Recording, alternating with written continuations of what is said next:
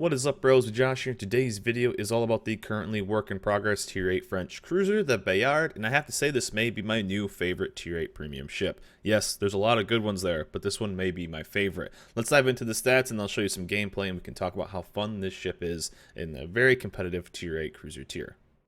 So first we'll dive into the HP pool, and as you can notice, it's actually quite low for a Tier 8 cruiser. Now this is kind of okay for the style of ship since it's going to be an open water ship. As we know, French cruisers tend to be open waters, very fast, mobile, and this is exactly this. But one thing we kind of see different in the Tier 8 cruiser is the main armament. Now we'll compare it to the Charles Martel, which we all know the tech tree line for the French cruisers get 203s. At tier 7 and up, its 203s are larger, obviously getting to the Henry. But the main armament on this may say that we might get a light cruiser line for the French cruisers, as we did with the USN line, which would be kind of cool. Same play style, just different style of guns. And actually, with inertia fuse being a thing, the main armament at 152s is actually very viable. The HE damage is quite punishing, as you'll see once we show some gameplay.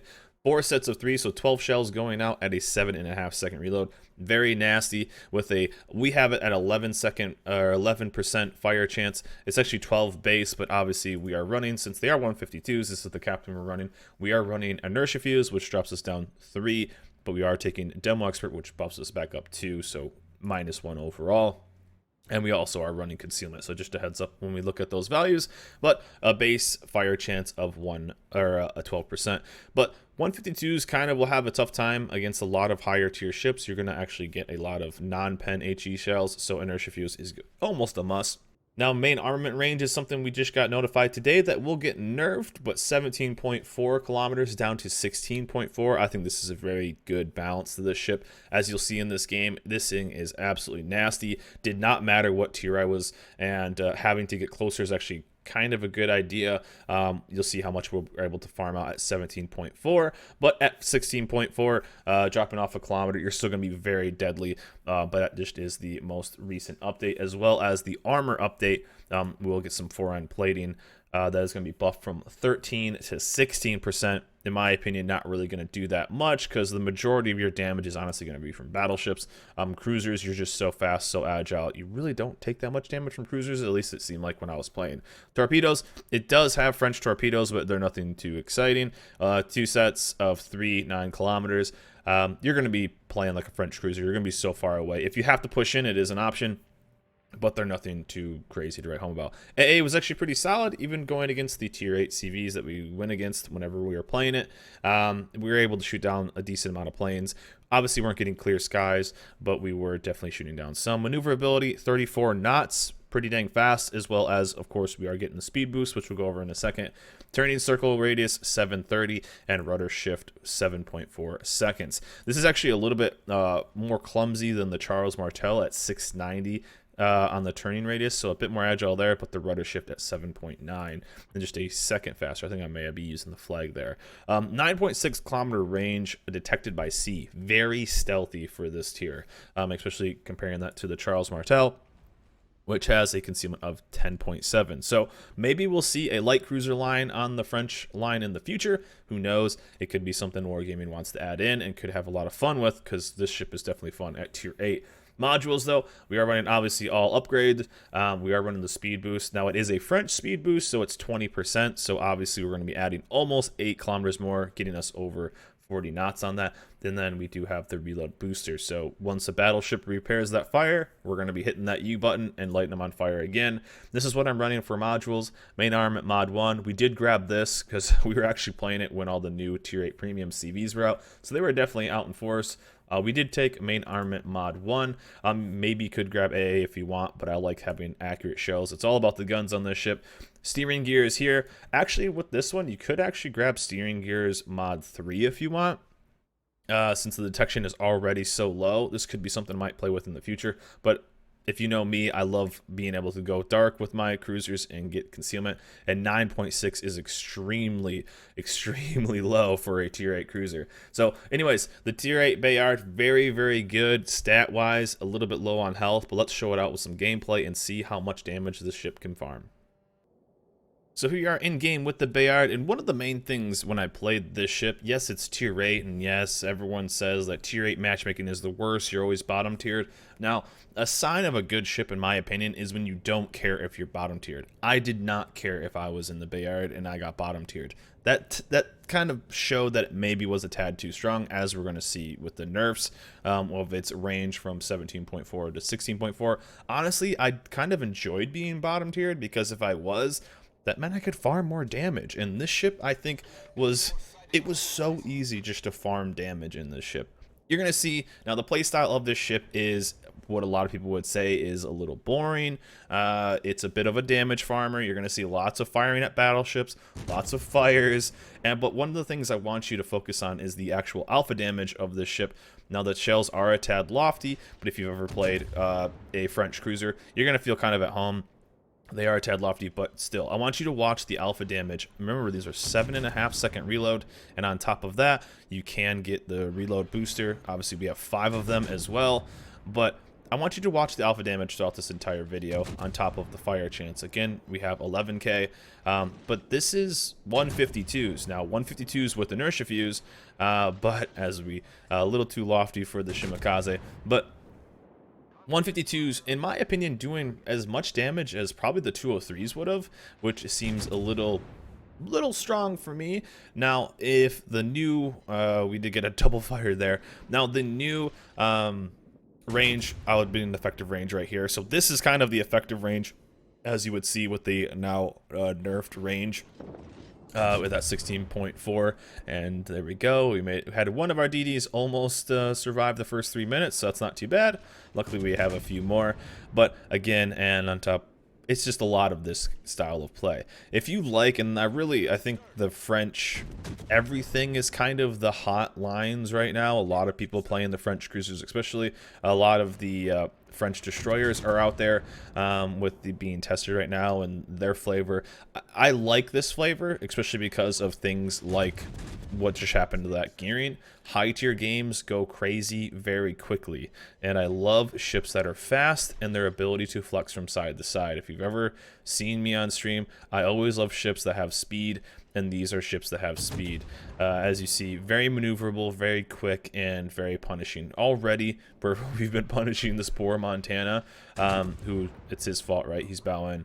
But this poor Montana with just absolutely farming. So if you like the French cruisers, this is, like, in my opinion, line scum. In my opinion, like a must grab.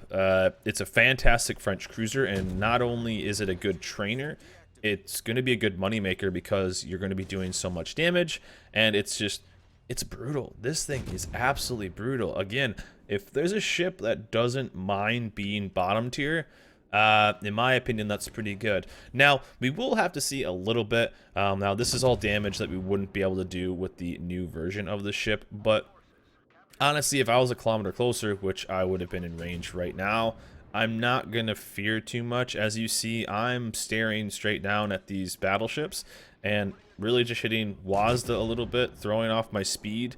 As you see right there, we aren't even. And this is something why I think maybe double rudder shift will work pretty solidly on this, is my detection's so low anyway that me going down a little bit more, taking that agility, I can probably avoid a lot of damage. Now, he does sting right there, but luckily he's a GK firing HE, so not really anything to worry about. But 5 minutes, farmed 80k. I mean, am I in a conqueror? Like what is this? 100 hits. We've only used one of our reload boosters, and still just completely just farming this side. We have a Monty, we have a GK over here. We're getting away from the Shima. I mean, we're just sitting pretty right now, and really every time I played this, I don't think I had a game under 100k. I don't even think I had a game. Well, maybe no, I did. I'm a liar. I had one game that was under 100k, but it was one of those games that was so fast that it didn't really happen. I think I mess up here and take a torp. I think I do.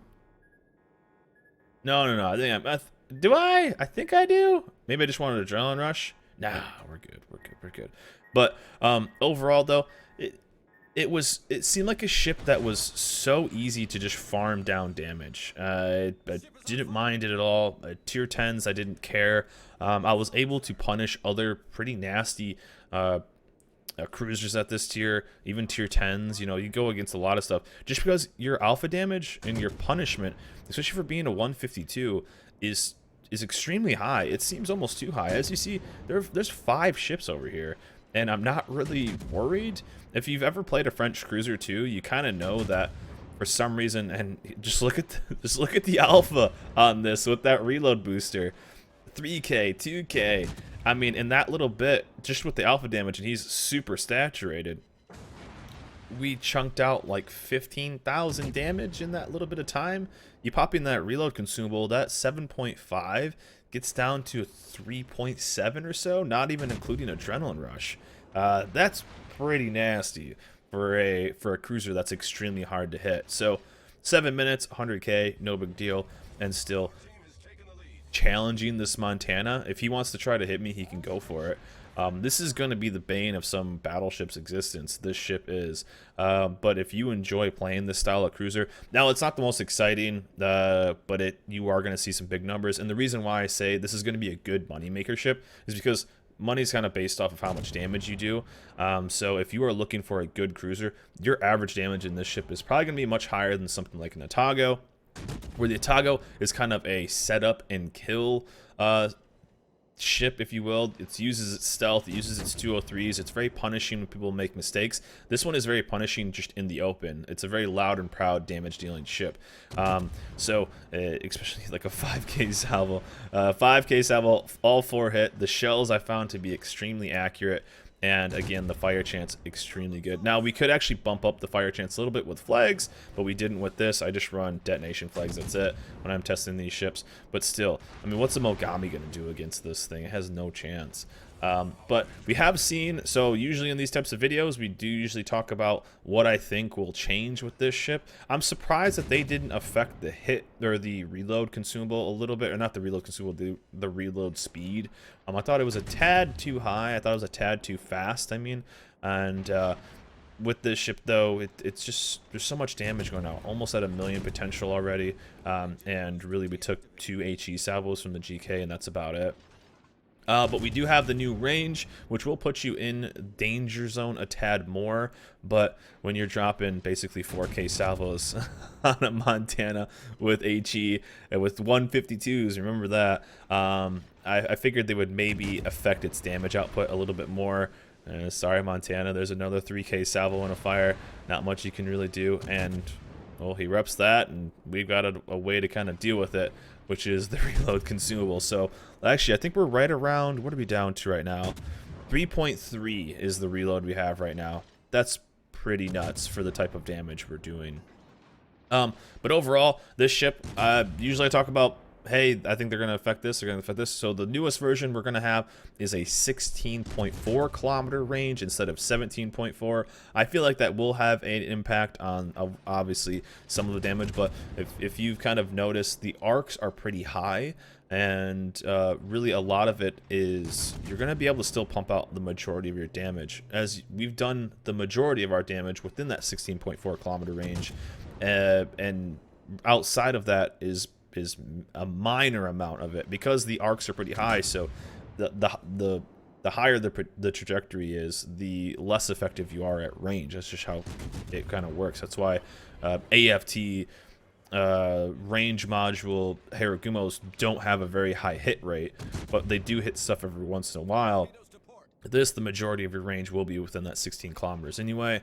And of course, you can keep punishing Iowas and Montes and all the battleships in the game with this. I love this style of ship, though. I love fast ships. I love ships that are open water.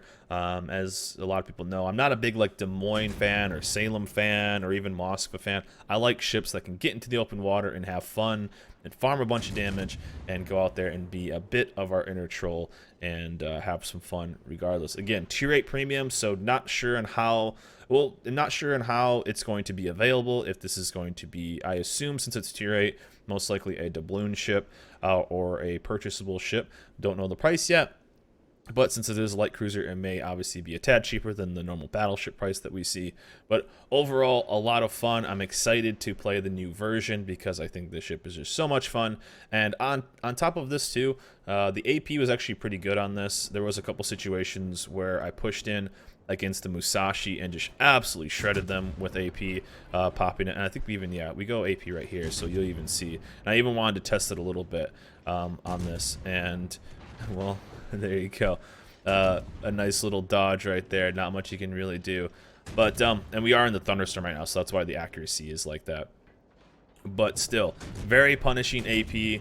HE is still extremely good, and really not caring, honestly. Didn't care if I was top tier, didn't care if I was bottom tier. Really, if I was top tier in this thing, it was basically easy peasy. But almost 200,000 damage without really working, and could have easily had more if there were more ships. But I mean, look at everyone else compared to where I was. Basically, I was just holding off this whole side while the rest of the team just kind of beat up the other team, and I just farmed a ton of damage and a ton of potential while doing it. But that's basically it for the rest of the game. Not much damage else is done, but overall, I really enjoy this ship. I thought they might have changed some other things, but that is what we have. So again, this is getting nerfed just a tad from 17.4 kilometer range down to 16.4. Everything else is staying the same besides some of the forend plating getting buffed from 13 millimeters to 16 millimeters. Now, upsides of this ship, a lot of damage output. This ship can be very, very punishing. High fire chance, high rate of fire, high alpha damage with the inertia fuse. Downside is that it does have, well, I guess downside would be the 16.4 kilometer range, but that's not really, in my opinion, that bad of a downside. And on top of that, it's going to have a lower health pool at 34,000 and some change. So one of the lowest, if not the lowest at this tier, and without having any kind of smoke or heal. So gonna have to really think about that. But anyways, that's it for me, guys. Hope you guys enjoyed this video. The tier 8 currently work in progress Bayard, with changes since we've seen from this video, but overall basically the same thing. Anyways, that's it for me. Hope you guys enjoyed this video. Remember to like, subscribe, and I'll see you guys next time.